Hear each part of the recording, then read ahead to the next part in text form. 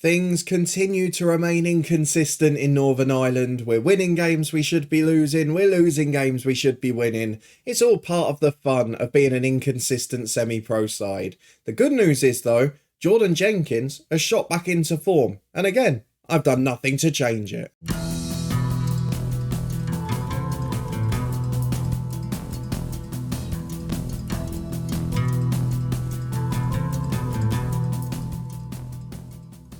Yes, hello and welcome along to part 23 of Lifting Spirits from Distillery with me, Daniel. We are back today for the final two games before the league split, and we've come back the morning of the game because we've just had our youth intake as well, so we'll take a look at that together too.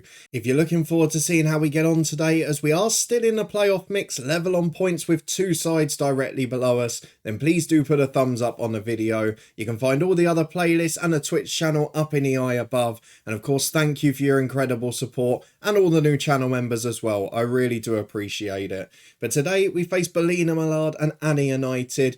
It's a fairly close league still, but it looks like we're going to finish somewhere between 2nd and 5th. And if it's 2nd or 3rd, well, we're going to have a bit more to play than just the season, and that would be unexpected. We'll have a look at how we've got into this position via the schedule in a minute, but there's one crucial thing to do, and that is have a look at our youth intake. It just came through, so we're going to go and have a look at the players. I saw a few star ratings at the start, but we've looked at no one yet. So, new intake of youth players is upon us. Season 3, and our star player is a Greek goalkeeper. That is not expected. It's an excellent intake. There's lots of big potential players, but it's about getting them there. It's about getting them football. And unless they're ready to break in the first team, we haven't really got a development path at the minute. So for now, that is where things get a little bit tricky. And as we scroll down, have we got any with a bit more current ability?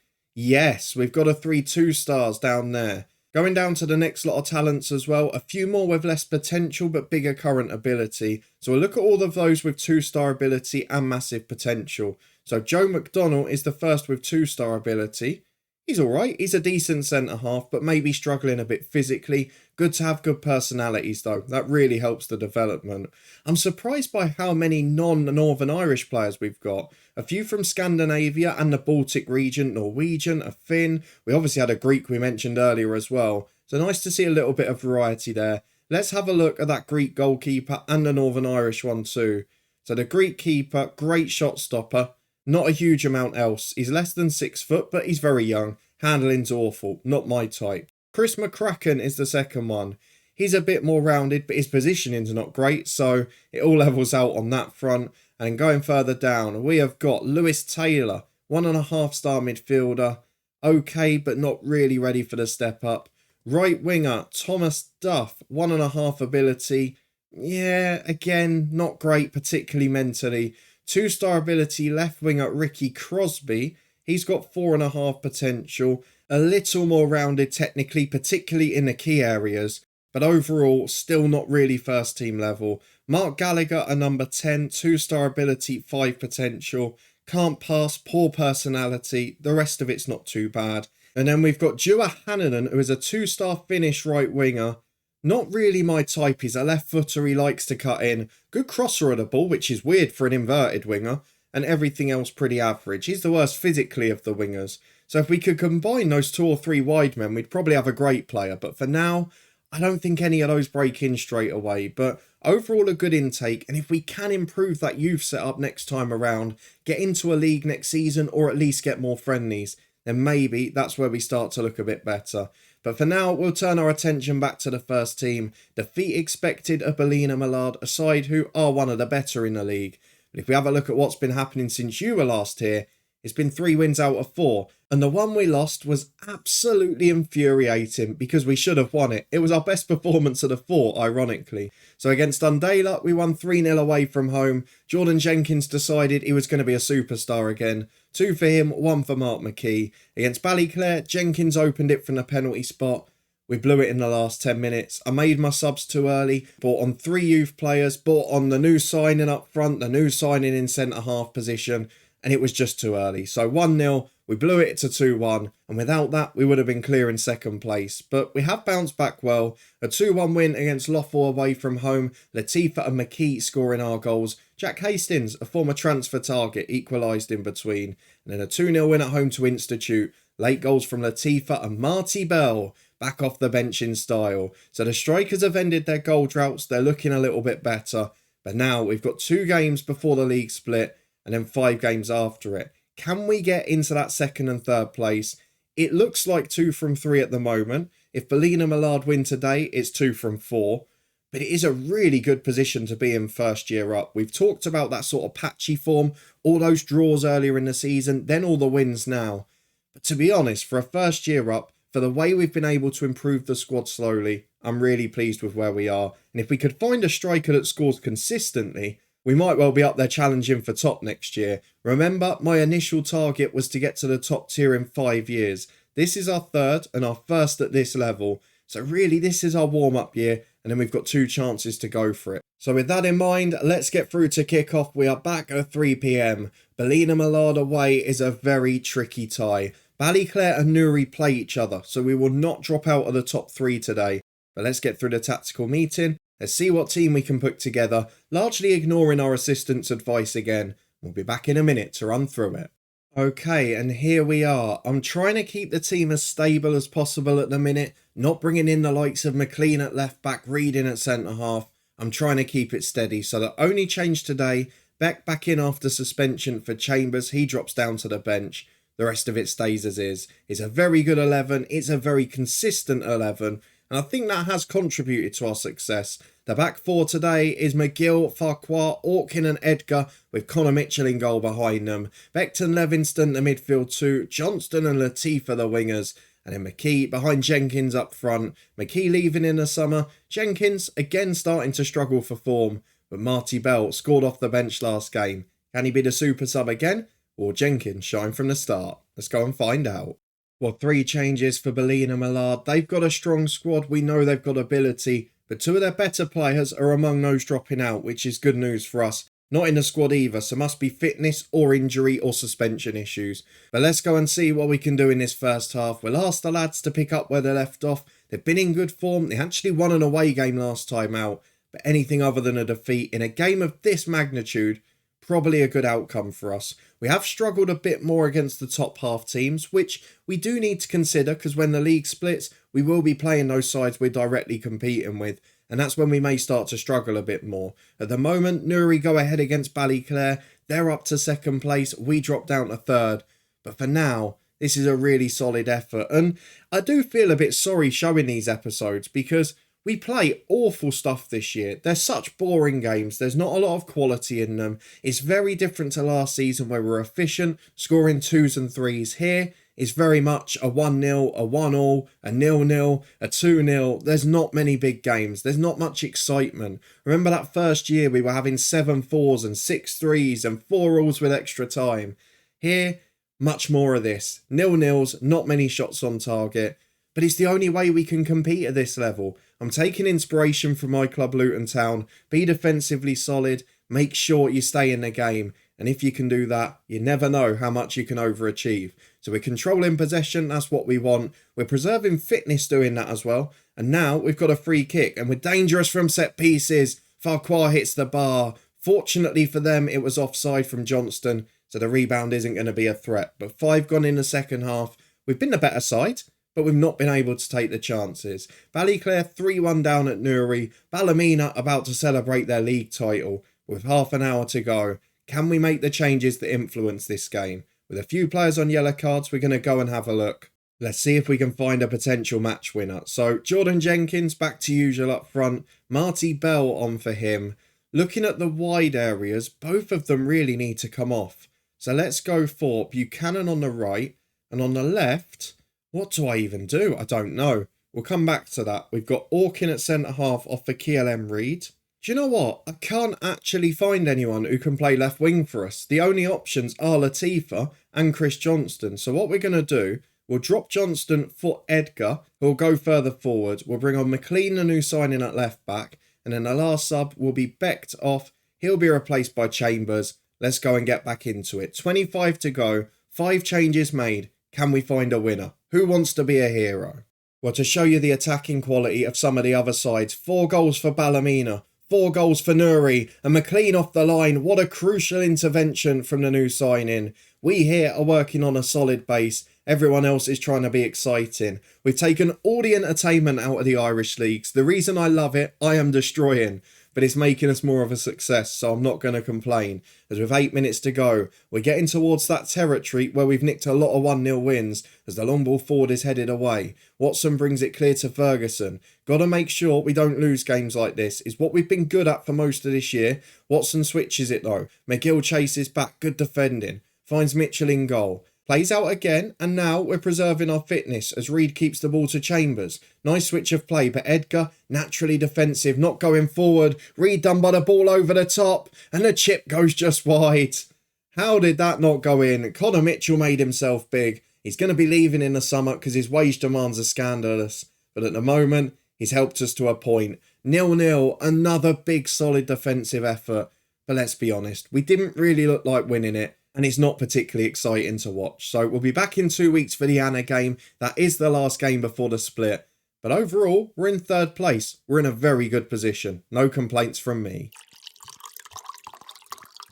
Fitness test time as we head into game 2. We did play a friendly in the 2-week gap, but we played a reserve side just to build up their fitness. I'm trying to get those youngsters match time without the youth games. We mentioned that issue last time out.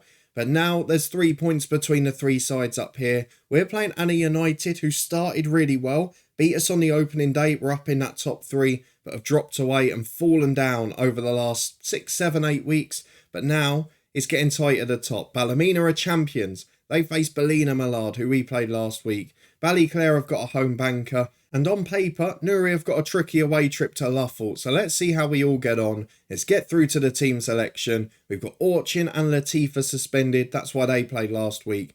But let's get our first 11 back in. We'll be back in a minute to run through the team.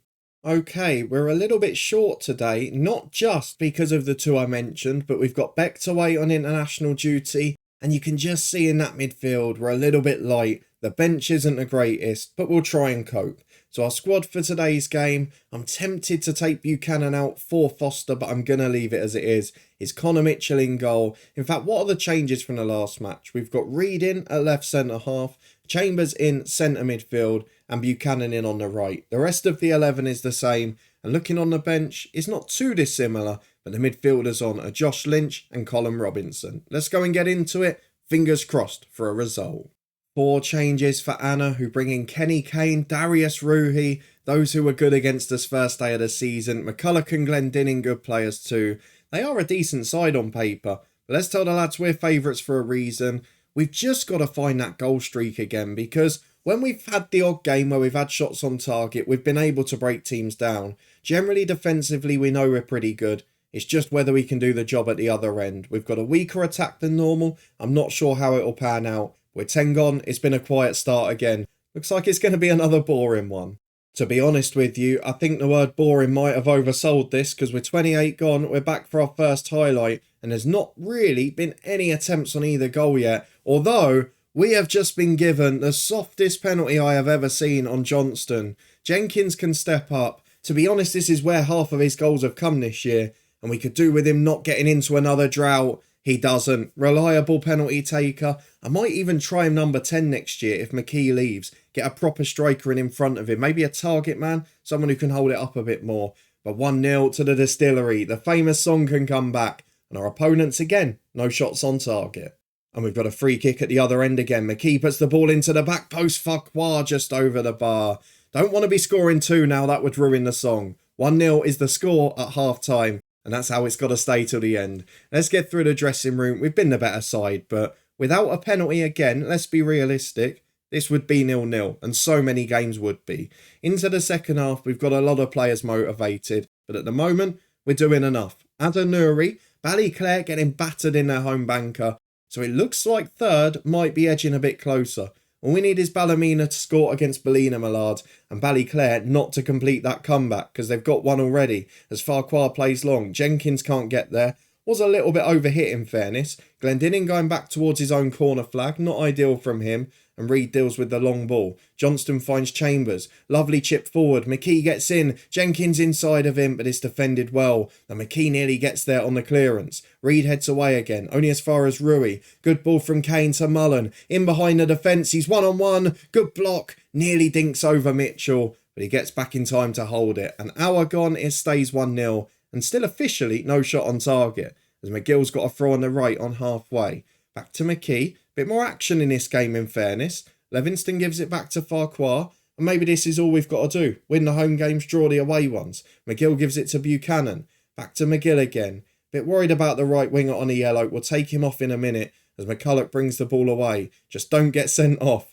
as Johnston finds Kane. Anna looking a threat on the break still. Yet to have that shot on target though, so hopefully we can hold them off. McCulloch through, as I say that to Rui. Finds Mullen, through to Kenny Kane. This will be one apiece, will it? No. Blazed over the bar. It's a great opportunity, but we survive it. Ballymena go ahead. Let's have a look at what we can do for our team. Buchanan off, Foster on. That's an easy change. Again, Jenkins having a poor game, despite scoring the penalty. He'll drop in for McKee. Up front we'll go for Marty Bell. Trying to get those on that have played regularly and hopefully won't make too much disruption. Edgar off at left back for McLean, trying to integrate him a bit more. We'll save the last 10 minutes. 3 made, 1-0 up. It's the famous song and it's the famous result. Let's hope we can hold on. And with 15 minutes to go, we're going to start with more changes. Chambers will come off for Colin Robinson, who's not often on the bench with a chance to come on. And then Farquhar at the back struggling a bit on a yellow. So Diego McGann on for the last 5. Can we time waste our way to a 1-0? There's 3 minutes added on. We've battered them on the stats. And again, it's 1-0 to Lisburn Distillery. It is our favourite result. It's our favourite type of win. 1-0 with a penalty kick. And to be fair, it's keeping us right in playoff contention. Let's get through to the schedule, see when we're next going to be back, and what all that has done to the league table. Could this be decisive? We've had the league split. We've got 2 home games, one of which is against the champions Ballymena, 3 away games. That's going to be tricky. Let's have a look at the championship table because at the moment we're still in 3rd place. Ballyclare did nick a point. They get back within 3. Newry held on to stay 2 clear. So it does seemingly look like it's going to be 2 from 3 here. But now we're playing against the sides that we've not won against as often this year. We've been almost seamless against the bottom 6. Draws away, even that run where we were struggling to win, we weren't losing many. But against the top 6, that's where our defeats have come. And are we going to be strong enough overall? I don't know. We'll wait and find out the answer on that. We are going to be back for the final 2 games. And actually, it's worked out pretty nicely in terms of the schedule. Because the final 2 games are Newry and Ballyclare.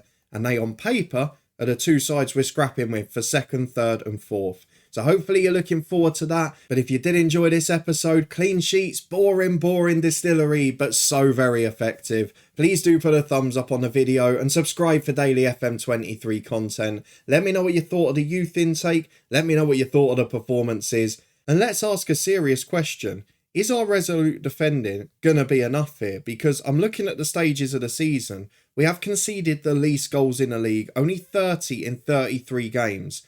And maybe that's going to be the difference maker. We could do with scoring a few more. We could do with finding a striker. But hopefully that will come at the key time of the season. We'll be back in a couple of days with our final games of the season here. But in the meantime, you can find all the other playlists and the Twitch channel for daily live streams up in the eye above. And a massive thank you for watching, your support as always. And I'll see you back here for Playoff Deciders, which could give us a fairy tale opportunity.